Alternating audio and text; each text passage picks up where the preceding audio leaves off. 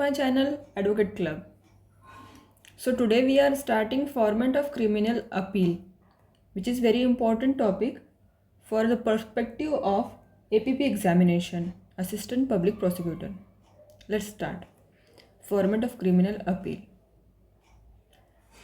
Firstly, we have write down criminal appeal number so and so, dash dash and 2022.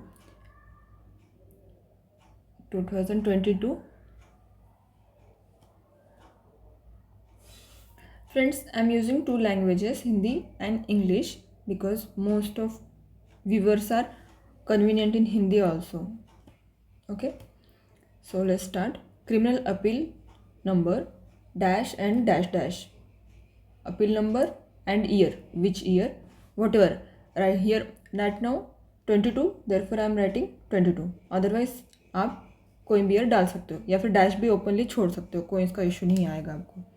Next one is in the magistrate of learned session जज Pune at Pune. Vary होगा friends, यहाँ पर मैंने पुणे डाला है. We are write down Pune.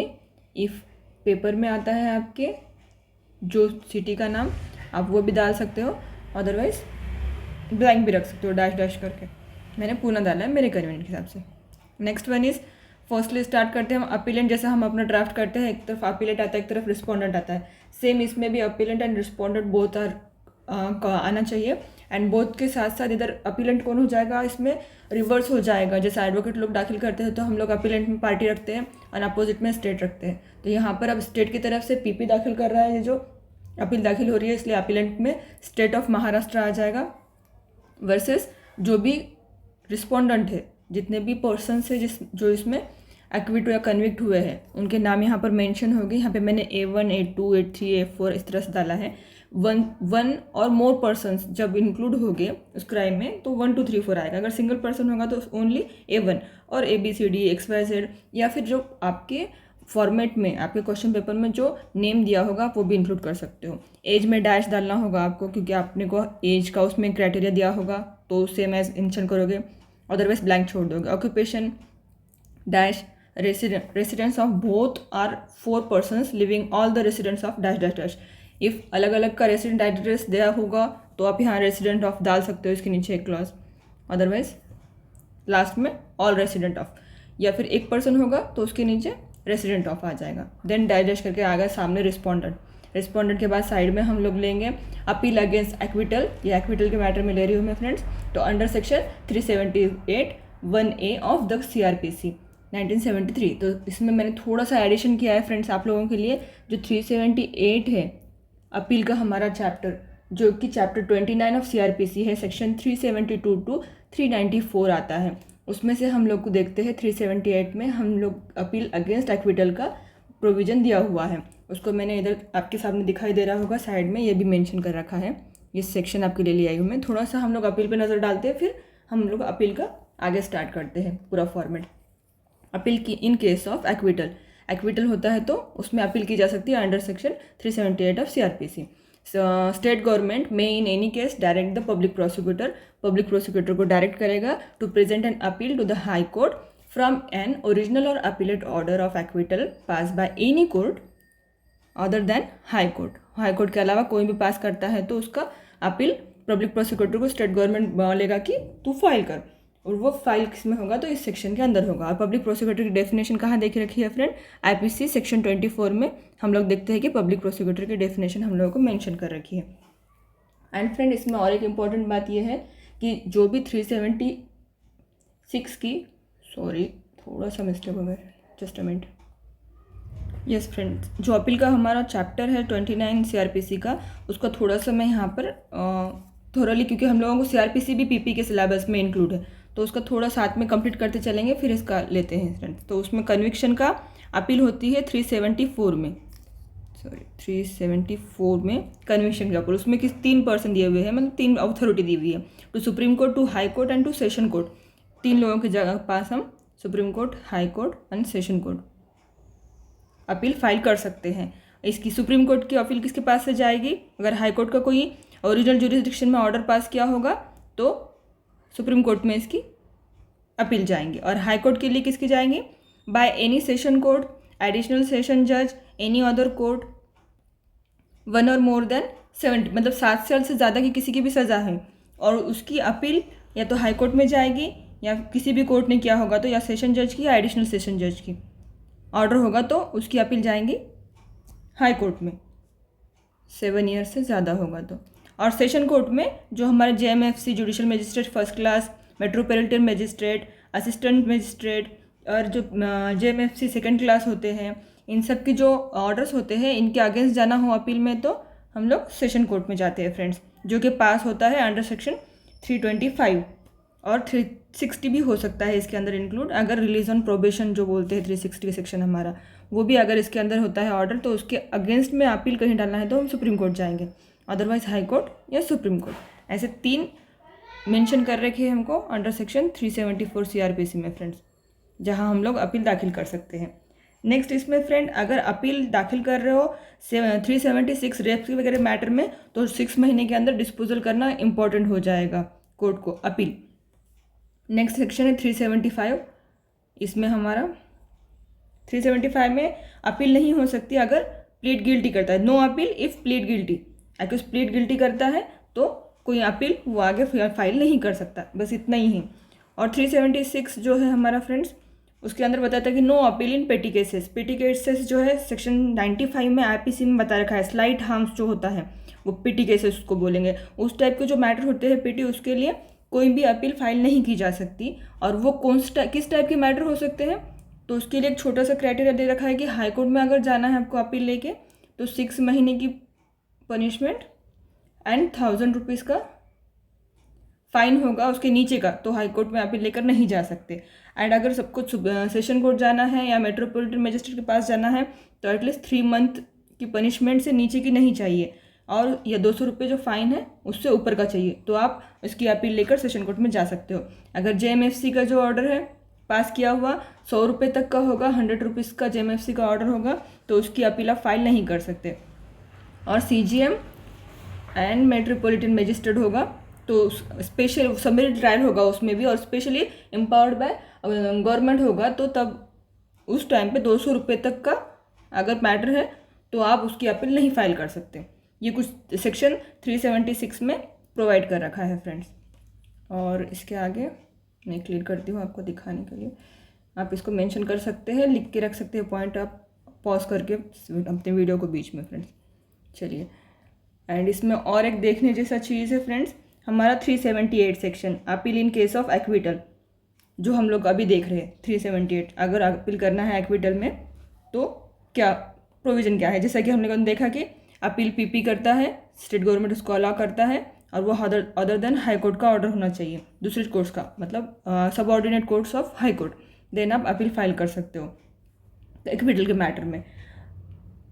और specially इसमें यह है फ्रेंड्स कि अगर आप अपील फाइल नहीं कर सकते हो, अगर आप लीव ऑफ कोर्ट नहीं लेते हो, no appeal except on the leave of court, तो आपको दाखिल करना है अपील तो आपको कंपलसरी लीव ऑफ कोर्ट लेना पड़ेगा। एंड नेक्स्ट इंपॉर्टेंट इसमें पॉइंट है फ्रेंड्स, एक सेकंड मैं यहाँ मेंशन कर देती हूँ आपको समझने के लिए, लीव ऑफ कोर्ट इम्पॉर्टेंट है फ्रेंड्स दाखिल करने के लिए अपील। एंड नेक्स्ट पॉइंट आएगा हमारा, अगर कंप्लेनेंट दाखिल कर रहा है अपील, इसमें कंप्लेनेंट भी दाखिल कर सकता है अपील, तो उसको SLP लेना पड़ेगी। SLP mean special leave, SLP means special leave to appeal,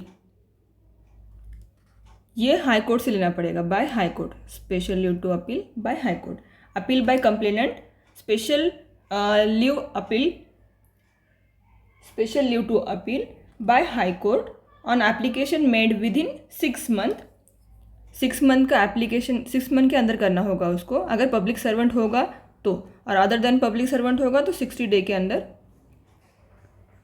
60 day के अंदर आपको SLP फाइल करना पड़ेगी, परमिशन लेने के लिए हाई कोर्ट से कि वो अपील दाखिल करना चाहते हो। नेक्स्ट इसमें सेक्शन है, मैं रब करती हूँ, नेक्स्ट सेक्शन हमारा आएगा 386, जो इंपॉर्टेंट सेक्शन है अपील के चैप्टर में, वो मैं आपको बता रही हूँ फ्रेंड्स अंडरस्टैंड करने के लिए। नेक्स्ट सेक्शन है 386, power of appellate court, appellate court का पावर क्या होता है, जब अपील दाखिल होती है वो कोर्ट का पावर क्या क्या होता है फ्रेंड्स, कि वो रिवर्सल ऑफ जजमेंट कर सकता है, इफ़ उसको लगता है कि इनकरेक्ट है तो वो रिट्राई कर सकता है उस केस को रिवर्सल में, या फिर अल्टरेशन करने का उसको लगता है कि अल्टरेशन करना चाहिए तो वो अपीलेट कोर्ट जो है वो अल्टरेशन भी कर सकता है, न्यू ट्रायल भी ले सकता है बाय इटसेल्फ, वो खुद ले सकता है, या अदर और बाय अदर कोर्ट्स और सबऑर्डिनेट कोर्ट्स, या किसी और कोर्ट्स को भी कह सकता है कि आप फिर से ये मैटर को रिट्राई करें। बट इसके लिए 2 कंडीशंस है फ्रेंड। फर्स्ट कंडीशन है कि कोर्ट मस्ट पेरूज रिकॉर्ड, जो भी रिकॉर्ड होगा वो पूरा देखिए, एंड नेक्स्ट वन होगा कि हियर अपीलेंट को वो हियर करे कि उसको जो भी बोलना है उसको चांस दिया जाए कि उसको सुने, और उसके बाद वो उस मैटर को आगे अल्टर कर सकता है या रिवर्स कर सकता है। नेक्स्ट इंपॉर्टेंट सेक्शन है हमारा फ्रेंड इसके अपील के चैप्टर में हमारा 390 अरेस्ट ऑफ एक्यूज। इसमें अपील के अंदर भी जो अक्यूज होता है उसको अरेस्ट किया जाता है। किस तरह से हाईकोर्ट क्या करेगा जब भी हाईकोर्ट क्या करेगा जब भी आप लोग अपील दाखिल करोगे तो पहले शुरू देखेगा कि वो पर्सन जो अक्यूज पर्सन है उसको वारंट इशू कराएगा, और वारंट इशू करके issue warrant brought before it, वो खुद के सामने ब्रॉड बिफोर इट बोलेगा, या फिर बोलेगा कि किसी भी सबऑर्डिनेट कोर्ट के सामने उसको प्रोड्यूस किया जाए, और उसके बाद में या तो उसको जेल में भेजा जाए प्रिजन में, या तो उसको बेल हो तो बेल ग्रांट करके रिलीज़ किया जाए। पर अपील दाखिल करने के बाद कोर्ट को पावर है कि वो अरेस्ट का ऑर्डर या फिर वारंट इशू कर सकता है। High court issue warrant brought before it form brought to before sorry friends, high court issue warrant for accused brought before it और subordinate court commit him to prison और bail. Bail act की language देखी जाए friends 390 में तो उसका provision कुछ इस तरह से है कि arrest of accused in appeal from acquittal. High court में issue a warrant directing that the accused be arrested and brought before it और any other subordinate court, and the court before which he is brought may commit him to prison pending the disposal of the appeal और admit him to bail. या appeal bail दे सकता है या तो फिर prison में उसको भेज सकता है। ये बताता है हमारा section 390। Next important section 391 power on appellate court to take additional evidence. Additional evidence लेना का अगर अपीलेट कोर्ट को लगा कि ज़रूरत है तो वो ले सकता है। Next section is section 392 appeal equally divided reheard and decided by larger bench of जजेस। इट मीन्स कि अगर अपील में इक्वलिटी आती है, ऑर्डर जो होता है अपील का 2 बेंच का, अगर वो इक्वल जा रहा है तो वहाँ पर क्या किया जा सकता है, इक्वली डिवाइड हो रहा है जो ऑर्डर हो रहा है अपील का, तो उसको फिर से सुना जा सकता है या फिर उसको डिसाइड करने के लिए लार्जर बेंच के पास भी भेजा जा सकता है। बस इतना सा मतलब बताता है सेक्शन 392। उसके बाद आता है हमारा सेक्शन 393। 393 इंपॉर्टेंट है फ्रेंड्स, उसमें सिर्फ इतना ही है पर छोटा सा है, no review of appeal only remedy is revision. 393 में बताता है कि अपील की कोई रिव्यू नहीं किया जा सकता, no review only revision, sorry okay, इसमें रिव्यू नहीं होगा अपील का कोई, सिर्फ रिवीजन आप कर सकते हो। वो भी जो किस में होगा, चैप्टर 30 में जो रिवीजन की प्रोविजन दे रखी है उसके तहत आप रिवीजन कर सकते हो अपील का। नेक्स्ट सेक्शन है 394, ये लास्ट सेक्शन है फ्रेंड। मैंने जो इंपॉर्टेंट सेक्शन लिए उसमें से देन हम लोग अपना फॉर्मेट स्टार्ट करते हैं। Proceeding terminate against the accused on his death. Abatement का है फ्रेंड्स, ये जो सेक्शन है प्रोवाइड करता है हम लोगों को 394 में। Abatement of appeal, abatement of appeal, the proceeding stand terminated against the accused on his death. Death हो जाने के बाद एक्यूज की टर्मिनेट हो जाता है अगेंस्ट उसके मैटर जो भी प्रोसीडिंग चल रही होगी। Abatement means to terminate, that is to put an end, end हो जाता है उसके अगेंस्ट में जो भी मैटर चल रहा होगा। बस इतना बताता है फ्रेंड्स। और ये हमारा लास्ट सेक्शन था 394 हमारे चैप्टर 29 का CRPC में अपील का। चलिए फ्रेंड्स हम अपना फॉर्मेट कंटिन्यू करते हैं। नेक्स्ट आएगा हमारा, हम साइड में फॉर्मेट लिख देंगे कि the appeal against under acquittal under section 378(1) of the code of criminal procedure 1973। फिर हम लोग रिस्पेक्टफुली सबमिट कर रहे हैं अपनी अपील, तो हम लोग बताएंगे कि that the appellate respectfully submit as under. Submission ये हमारा रिस्पेक्टफुली सबमिट कर रहे हैं हम ये अपील, इस तरह से हमारा फर्स्ट लाइन आएगा और हमारा पॉइंट वाइज यहाँ पे नोट स्टार्ट हो जाएंगे। इसमें सिर्फ हम लोग क्या करेंगे, पहले फर्स्ट में आएगा द रिस्पोंडेंट और accused have been arrested and chargesheeted by the Pune police station Pune. ये पुणे की जगह पे जो भी मेंशन होगा आपके क्वेश्चन पेपर में वो डालोगे, नहीं तो डैश आएगा। For the offence punishable under section 324, 326, 504, 506, read with section 34। अब यहाँ पर जो सेक्शन मैंने मेंशन किया है फ्रेंड्स, ये मेरे पैरा के हिसाब से लिए, आपके जो भी क्वेश्चन पेपर में आएगा, अगेन रिपीट कर रही हूँ कि आपके जो क्वेश्चन पेपर में सेक्शन दिए होंगे आपको वो यहाँ पे डालना होगा। Of the Indian penal code in short IPC। White crime number भी आपके पास दिया होगा। ये मैंने मेरा फॉर्मेट लिया है फॉर एग्जाम्पल के लिए, तो आप आपके फॉर्मेट में जो भी होगा क्वेश्चन पेपर में वो लिखोगे वहाँ पर। फिर हम लोग स्टार्ट करेंगे ब्रीफ फैक्ट, जो भी स्टोरी है हमारी जो आपके क्वेश्चन पेपर में दे रखी होगी ऑलरेडी। सो वो मेंशन की हुई जो स्टोरी है वो आप यहाँ पर पूरी की पूरी इनोमरेट करोगे, उसको पढ़ के अपने हिसाब से। तो ब्रीफ फैक्ट में पढ़ती हूँ फ्रेंड्स आपके लिए। Brief fact of the prosecution case are as under. The informant B and accused are residing in the same village at Pune. They are adjacent land holder to each other. There is a dispute between them due to boundaries line of the land. Many time quarrels and abuse took between them. On इसमें जो date दी है friends मैंने, ये जो story है वो भी question paper में होगी आपकी, वो स्टोरी आएगी। मेरे स्टोरी में 2 पार्टीज का लैंड को लेकर डिस्प्यूट था, तो मैंने वो लिया है। और जो डेट होगी, जो भी डेट मेंशन होगी, जो टाइम मेंशन होगा क्वेश्चन पेपर में वो आएगा। मेरी स्टोरी में मैंने ये लिया है फॉर एग्जांपल के लिए। On 10/8/2015 at about 8 PM complainant was going to his land for cultivation. At that time all the accused came there having stick, iron rod, sword, hockey sticks, etc. weapons in their hands. They restrained informant. They sent informant that his cattle destroy crop in their land and demanded him to pay rupees 50,000. However, informant refused to pay. At that time, accused number 1 hit him by stick on his head. Informant sustained bleeding injury. His shirt stained with blood. On his shot, his wife Naina, son Karan and Arjun run away on the spot. यहाँ पर क्या है friends, थोड़ा सा देखने के लिए मैं आपको बताना चाहूँगी कि इसमें क्या हुआ। However, informant refused to pay. At that time, accused number 1 hit them. Stick से मारा, ये हमारा एविडेंस आएगा फ्रेंड्स कि स्टिक से उसने मारा है और उसको इंजुरी भी हुई है, इसमें दिखाया ब्लीडिंग हुई है, उसको इंजुरी हुई है उसको, और उसके कपड़े जो है, शर्ट जो है ब्लड में भीग गया। ये हम लोगों को आगे एविडेंस में काम आएगा हमारे ग्राउंड्स में। और उसने अपने वाइफ को बुलाया नैना को, और उसने अपने 2 बच्चों ने भी आवाज़ सुनी उसकी शाउट करने के बाद। वो बस के 2 बच्चे भी आए वहाँ पर। इसका नाम करण अर्जुन, आपके कन्वीनियंट के लिए मैंने करण अर्जुन डाला है। वहाँ पर जो भी स्टोरी में अगर जो भी एविडेंस दिया होगा कि उसके आवाज़ करने से, या फिर जो भी स्टोरी में एविडेंस के लिए वहाँ पर अवेलेबल होगा आई विटनेस, उनके नाम आएंगे। या तो फिर XYZ भी आप रखते हो, या फिर डैश भी रख सकते हो यहाँ पर, ये नेम्स की जगह पे। Then accused abused them all. Accused number 1 to 3 assaulted to Naina, remand Samir by the weapon in their hands. प्यारे सस्टेन, ये जो नेम्स है ना फ्रेंड्स, ये नेम्स वेरी हो गए क्वेश्चन पेपर के हिसाब से, मैं बार बार बोल रही हूँ फ्रेंड्स आप लोगों को। नेक्स्ट, प्यारे sustain bleeding injury, right leg of Sameer got fracture, Sameer का पैर फ्रैक्चर हो गया। Eight that time villagers came and rescue quarrel, villagers जो पर्सन वहाँ के हो गए, अगर कोई एविडेंस में पर्सन का नाम दिया होगा तो वो आएगा, या फिर नेबर्स आ सकते हैं, जो भी आएंगे तो वो हम मेंशन हो गए।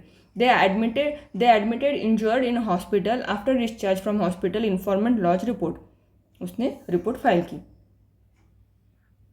Next para number 3, on the basis of crime number भी वैरी होगा, जो आपका होगा क्वेश्चन पेपर में आप वो मेंशन करोगे। Registered against the accused for the offence punishable under section 452, 324, 326, 504 and 506, read with section 34 of IPC। जो भी सेक्शन ऊपर हमने मेंशन किए थे वो सेक्शन के अंदर क्या होगा, इन्वेस्टिगेशन स्टार्ट हो जाएगा। Investigation officer after completion of investigation file chargesheet against the accused, उसने चार्जशीट फाइल कर दी इन्वेस्टिगेशन ऑफिसर ने, इन्वेस्टिगेशन कंप्लीट होने के बाद उसकी। नेक्स्ट पैरा में हम लोग लेंगे लंडन JMFC पुणे, यहाँ पे जो आपका आएगा वो डालोगे आप। Frame charge against accused, frame किया उसने चार्ज, उसके बाद इन्वेस्टिगेशन बताएंगे, स्टोरी हो गई, उसके बाद हमने बताया कि इन्वेस्टिगेशन हो गया और चार्जशीट फाइल हो गया। उसके नेक्स्ट पैरा में हमने लिया कि जो भी JMFC होगा, जो भी जुडिशियल मजिस्ट्रेट फर्स्ट क्लास होगा, उसने फ्रेम चार्ज किया है और वो प्रोसिक्यूशन को एग्जामिन करने के लिए आगे जो प्रोसीडिंग होती है कि एग्जामिनेशन चालू हो गया है, ये हम नेक्स्ट अपने 4th पैरा में बता रहे हैं। एग्जामिनेशन किया, एग्जामिनेशन इन ऑल 7 विटनेसेस, तो हम लोग वेरी कर सकते हैं, हमारे जो विटनेसेस हैं हम उसका नंबर यहाँ डाल सकते हैं। After evidence of prosecution and the statement of the accused under section 313 of CRPC and after hearing argument of both the sides, learned JMFC magistrate plead to acquit respondent और accused from all the offences. ये सब record जो भी है देखने के बाद, argument होने के बाद बोथ साइड की 313 का जो एविडेंस रिकॉर्ड होता है, स्टेटमेंट रिकॉर्ड होता है कि उसका वो होने के बाद JMFC ने क्या किया, एक्विट रिस्पोंडेंट को या फिर एक्यूज जो पर्सन थे उनको एक्विट कर दिया. इसलिए हम लोग क्या कर रहे हैं, नेक्स्ट पैरा में हम बताएंगे कि ये करने की वजह से हम लोगों को आगे क्या करना पड़ा, अपील फाइल करना पड़ी. दस नेक्स्ट पैरा में बीइंग एग्रीड एंड डिससेटिस्फाइड, ये इंपॉर्टेंट आएगा, हमारे हर अपील में आएगा फ्रेंड ये, क्योंकि हम एग्रीड पर्सन जो है एंड डिससेटिस्फाइड है जो भी जजमेंट्स है अपने ऑर्डर और एक्विटल का, उसके लिए हमने ये अपील दाखिल कर रहे हैं तो हमको ये कोर्ट को दिखाना पड़ेगा. तो अपने अपील में हम ये मेंशन करेंगे, हर अपील में ये इंपॉर्टेंट वर्ड आना ही आना है. Being agreed and dissatisfied by the said judgment and order of acquittal, prosecution has preferred this appeal on the following ground.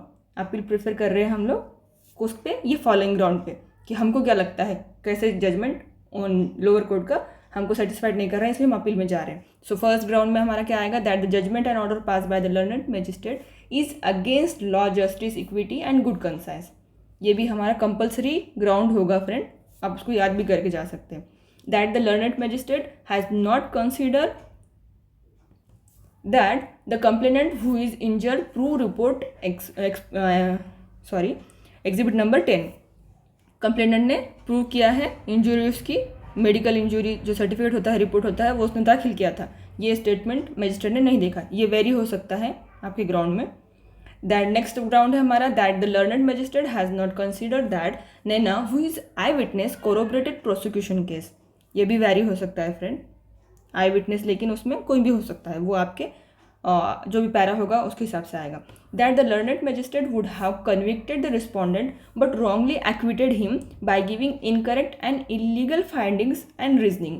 ये भी आप फाइंडिंग में अपने जो ग्राउंड है इसमें ये कॉमन वर्ड डाल सकते हो फ्रेंड्स. नेक्स्ट हमारा ग्राउंड आएगा, the learned magistrate should have consider that panch depose that blood stained cloth were produced by the complainant.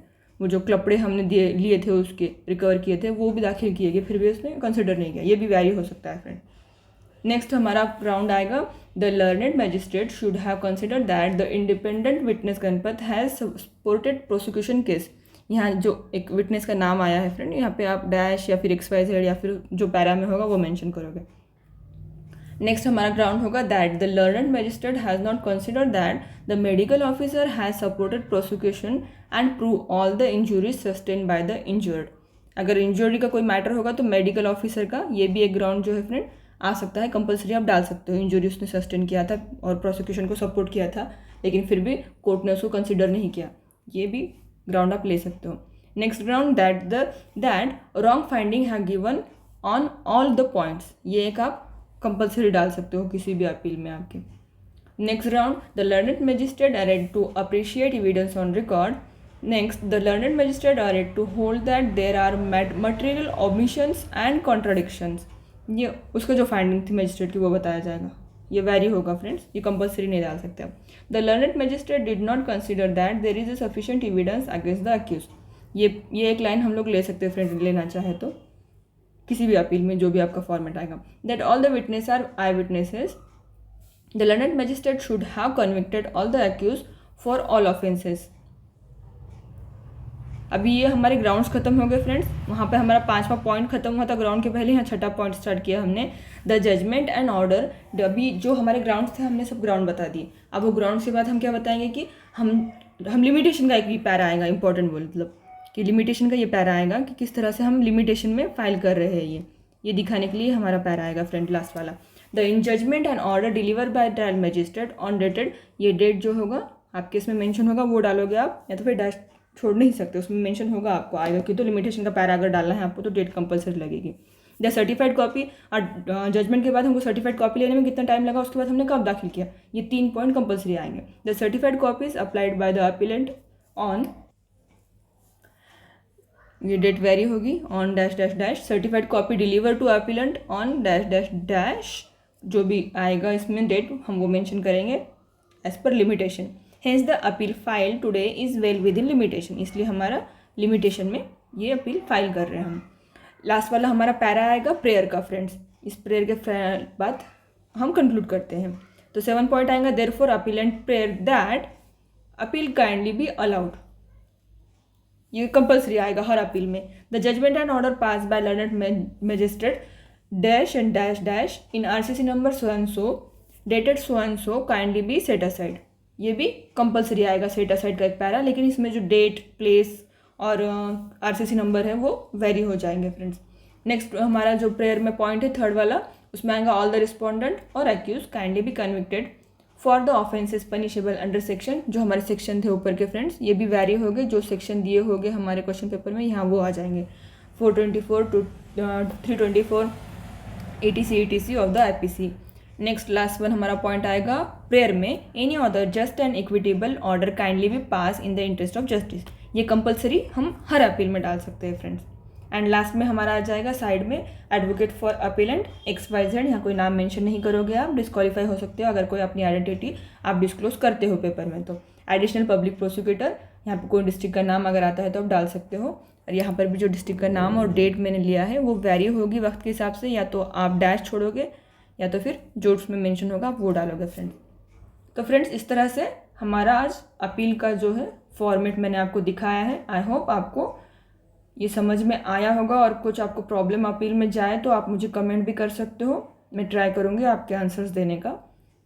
And please subscribe my friends to my channel and support me. Thank you so much.